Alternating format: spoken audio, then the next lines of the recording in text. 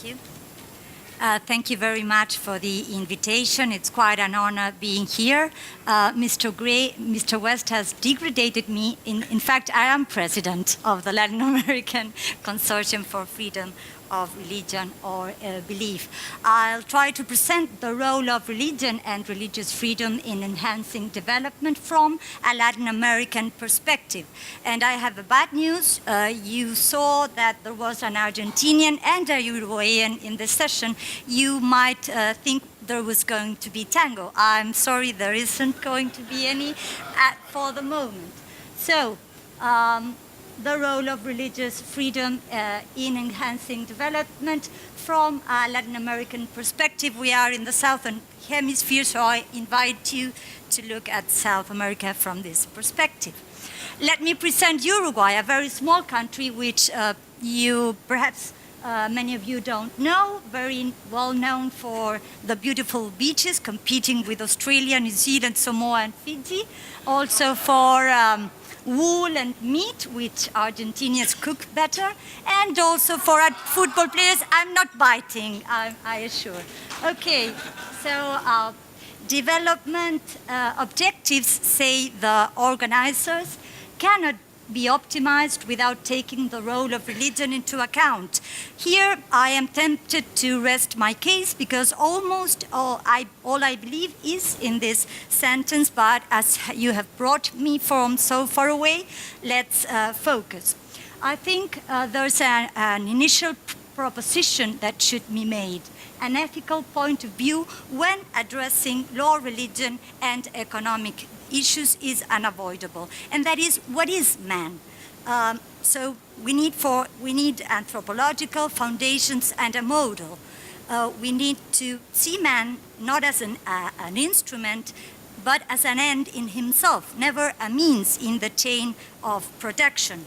What is man? Well, since prehistory, all throughout cultures, all throughout the globe, man has and is a religious animal by nature.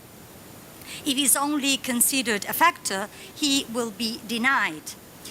And we believe no true development may arise if human dignity, including religious freedom, is not respected. Even God's first enterprise towards humanity respected times of rest and gave man the option to choose, and there comes freedom.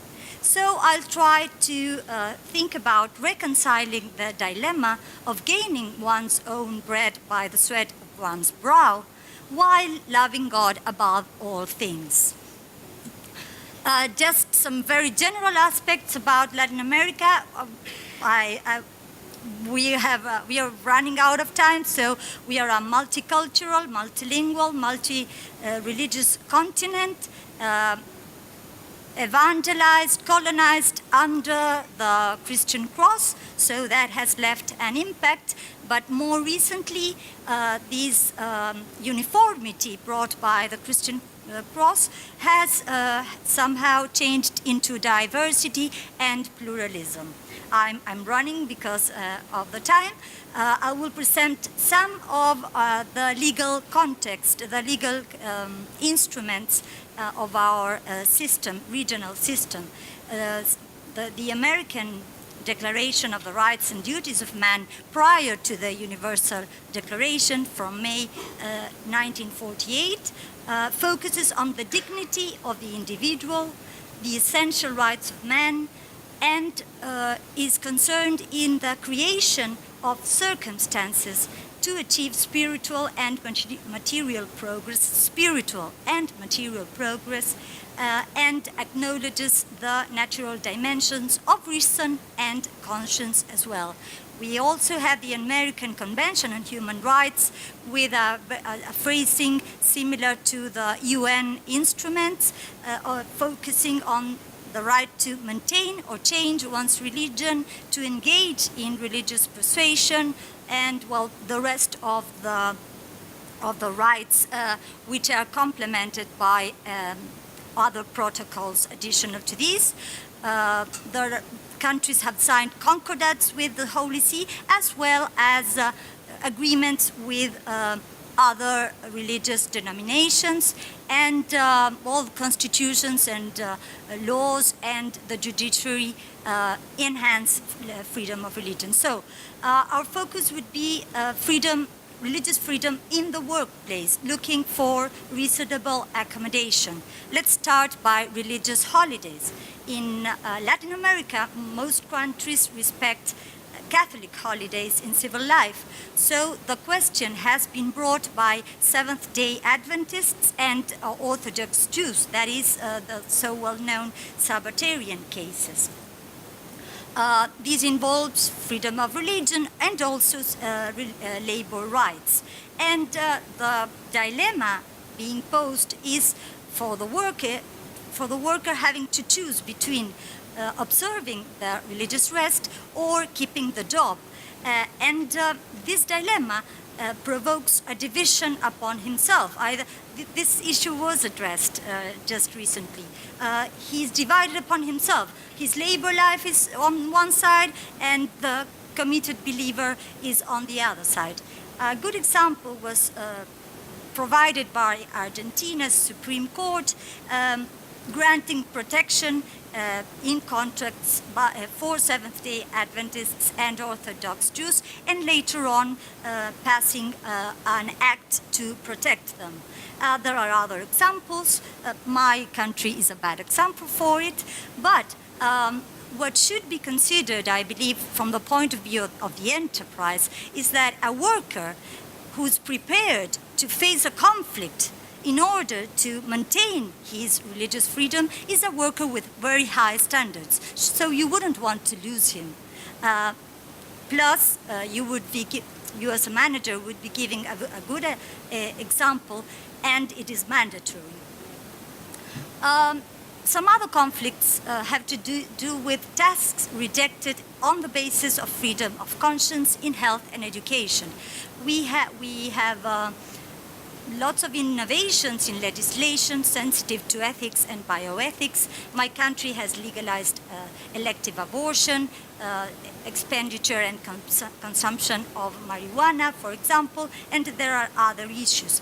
Then the worker, gynecologist, pharmacist in a hospital deals with the dilemma, the same dilemma, which raises conscientious objection. Very recently, just before coming, there was an injunction granted by a court in Uruguay to protect gynecologists who appealed these administrative regulation. Well, these issues appeal for reasonable accommodation, not only from the employer, but also from the state, who otherwise is just confiscating hands. And from the point of view of the management, casualties should be considered. Would you lose a qualified technician just because he refuses to practice an abortion when other physicians are able to do it? Or would you break his spirit, challenging him with making him confront his faith? Well, this is a dilemma that should be avoided, and no health worker should be compelled to abandon his belief in order to keep his job, nor be deprived of his salary if he opts to act consistently with his beliefs.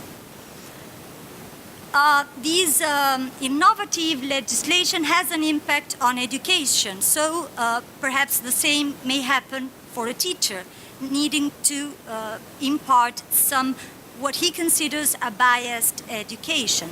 Now, we believe a distinction should be made between private and public and run by the state institutions, because in private institutions, while institutional autonomy should be prioritized, well, public institutions are ruled by the principle of neutrality, and the state has no competency to take a stance on moral and religious issues. So a pluralistic approach seems more adequate. In the first one, the teacher may be required to impart the institution's view. The rights of parents, the burdened duties of the teacher are involved. in public institutions, the question is different. And always there's a tripod relationship, the student, the rights of parents, etc. I'm skipping religious dress because it hasn't been an issue in our countries. We are just used to seeing religious dress all around. Then from the point of view of the enterprises, demands from enterprises requesting exemptions from the state, from affirmative duties, that is when the state imposes hospitals in this case to provide certain practices. These appeals the right of entities to conduct themselves in accordance with their principles. A very bad example, again, is given by my country, where even Catholic or evangelical hospitals are compelled to provide practices which oppose the most deeper beliefs, such as voluntary abortion, etc. There are good examples like Peru and Argentina, which Argentina has foreseen a clause to protect institutional autonomy of hospitals defined by religion or belief. Of course, this involves the state duty to respect pluralism, democracy, and neutrality. And the real threat is for the existence of these institutions, because it may cause business to close. Well, I have said this has an impact on education, so institutions imparting education are under the same threat. Another good example is provided by Argentina, foreseeing that institutions may adapt the curricula to meet institutional identity and the beliefs of its members. I'm running. Just these challenges need to take into account a tripod relation, not only the state and its compelling interest, but also the teacher, the institution, and the final, the primary destinary, which is the pupil. And the rule of law implies free coexistence of diverse tendencies and ideologies within society. And the institution is nothing else than human beings associated by principles. Well, coming to an end, just again, development objectives cannot be optimized without taking the role of religion into account. Just very recently, the human rights expert Heiner Bielefeld said that the management of religious or belief diversity in the workplace constitutes a major challenge for today's employment policy, and he urges all governments for reasonable accommodation. Well, we may say that the workplace is a replica of plural society in miniature, and management has the duty to create a home-like atmosphere, build bridges for understanding and respect between coexisting individuals, a matrix for human dignity promotion. The example of the Tower of Babel is an example to avoid, certainly. And just one last reflection, the enhanced responsibility of decision makers from an ethical and a juridical point of view. I was very impressed by the Milgram experiment as shown in the movie I as in Icarus. I believe responsibility is more demanded from those who wield power. Why? Because they may determine the conduct of the governed. The experiment shows that when an order is given by an authority or exercising power, people obey and do nothing to contradict it. In fact, 67% is willing to obey even if they harm. And when we receive orders from white coats or teachers or pharmacists or even the authority, then it has an impact. Moreover, the impact of law. The obeying agent is anesthetized.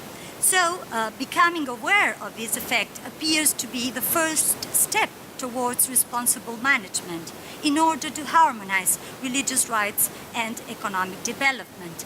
We may say, well, it's the leader's task, but I leave you with these questions. What about us? Thank you very much.